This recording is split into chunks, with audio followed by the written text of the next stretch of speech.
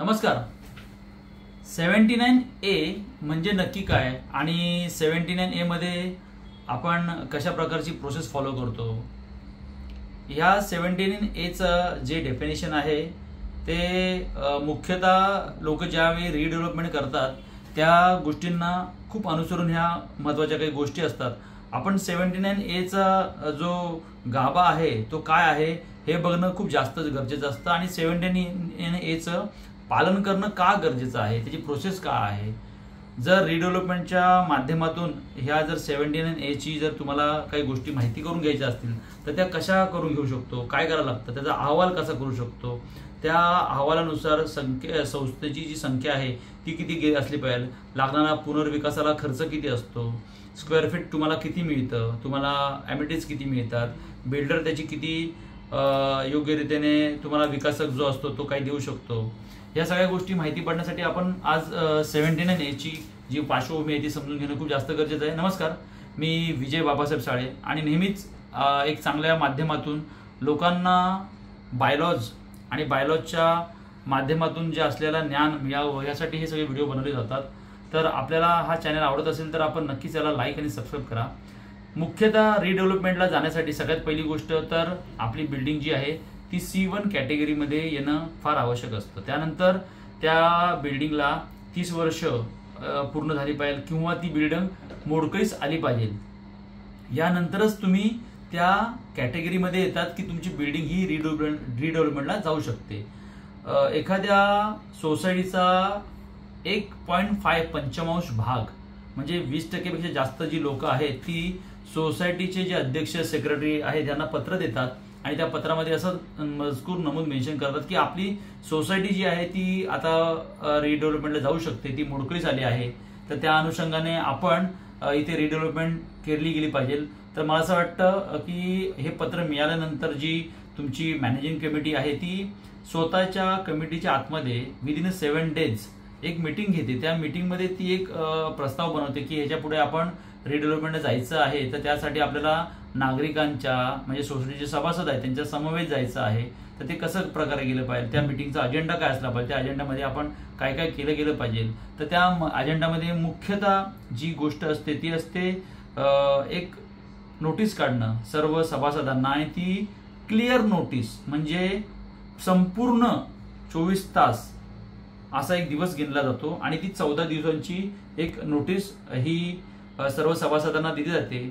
आणि त्या मीटिंगमध्ये आपण एक PMCची नेमणूक करतो की बाबा आपल्याला पीएमसी म्हणजे नक्की काय असतं. प्रोजेक्ट मॅनेजमेंट कन्सल्टंट हा जो व्यक्ती असतो तो ह्या मीटिंगला येतो. आणि मला असं वाटतं की तुम्हाला खूप माहिती असेल भरपूर लोकांना की बायलॉज 99 मध्ये एक सांगितलं गेलं आहे की तुम्ही कुठल्याही प्रकारच्या मीटिंगी घेतात त्याचा एक कॉपी निबंधक कार्यालय जे असतं सोसायटी निबंधक कार्यालय आणि त्याचबरोबर फेडरेशनला दिलं गेलं पाहिजे जेणेकरून तुमच्या प्रत्येक गोष्टींची माहिती त्यांना सुद्धा होत राहते.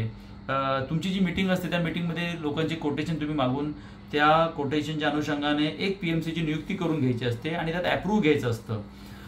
बहुतेक वेळा काय होतं की PMC अप्रूव्ह करताना त्याकडे सगळ्याच टीमच्या गोष्टी असतात म्हणजे लिगल ॲडवायझर वगैरे सगळ्या गोष्टी असतात. पण आम्ही ह्या व्हिडिओच्या माध्यमातून आपल्याला सांगतोय की आपल्या सोसायटीचा पर्सनल ॲडव्होकेट PMCच्या व्यतिरिक्त आपण नेमणूक करून घ्यायचा आहे. थोड्याशा खर्चाला बघायचं नाही जेणेकरून तुम्हाला ह्या गोष्टीतील गांभीर्य, तुम्हाला ह्या गोष्टीतील खाच खळगा आणि कुठे जर चुकीच्या गोष्टी घडत असतील तर त्या गोष्टी तुम्हाला माहीत पडतं. तो जो PMC आपण केल्यानंतर PMCत काय करतात एक तुम्हाला सोसायटीचा फिजिबिलिटी रिपोर्ट देतात. फिजिबिलिटी रिपोर्ट म्हणजे काय असतं त्यामध्ये तुम्हाला FSI किती मिळणार आहे, तुमच्या रस्तापासून अंतर किती सोडणार आहे, सोसायटीच्या समोर जो रस्ता आता आहे मुख्य रस्ता त्यापासून तुमची सोसायटी किती आतमध्ये जाणार आहे, तुम्हाला स्क्वेअर फीट किती मिळणार आहे, टोटल फ्लॅट किती मिळणार आहेत, अशा बऱ्याचशा गोष्टीवरती डिस्कशन होतं. आणि ॲमिनिटीज किती असणार आहे, तुमचा फ्लॅटचं जे आतमध्ये कुठला जर नवीन विकासक तुमच्याबरोबर येऊन मीटिंग करतो आहे तर तो तुम्हाला काय काय गोष्टी ॲमिनिटीज म्हणून देणार आहेत, लिफ्ट किती लागणार आहेत, त्यांची विकासकाची वेगळी बिल्डिंग बनणार आहे का, तुमची वेगळी बिल्डिंग बनणार आहे का, अशा भरपूर साऱ्या गोष्टी आपण त्यामध्ये डिस्कशन करतो. ते झाल्यानंतर एक आपला नंतरचा मुद्दा येतो तो तुम्ही त्यात एक कॉन्ट्रॅक्टर नेमणूक करायची आहे. कॉन्ट्रॅक्टर नेमणूक केल्यानंतर एक 79A नुसार एक मीटिंग तुम्हाला घ्यायला लागते सर्व सभासदांच्या समवेत.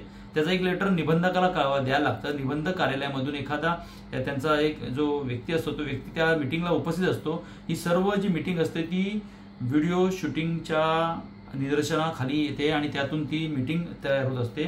त्या मिटिंगमध्ये तुम्ही एक कॉन्ट्रॅक्टरची नेमणूक किंवा एक विकासकाची नेमणूक करून ही त्यांना द्यायचं असतात. ही मिटिंग झाल्यानंतर त्या मिटिंगच्या शेवटी जे निबंधक कार्यालयातून येणारा जो सरकारी कर्मचारी असतो तो तुम्हाला एक सर्टिफिकेट इश्यू करतो की ही मिटिंग 79 प्रमाणे झालेली आहे.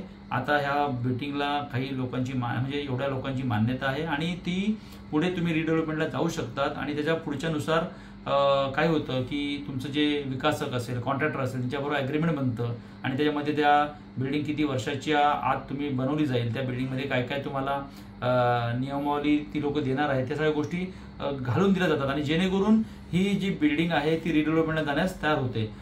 नक्कीच मला असं वाटतं की ह्या व्हिडिओच्या माध्यमातून तुम्हाला 79A हा कशा प्रकारे लागू केला जातो, त्याचे काय काय प्रोसेस असतात, त्याच्यामध्ये काय काय गोष्टी ऍड करतात आणि त्या गोष्टीमध्ये तुम्ही कोणाकोणाला बोलवायचं असतं.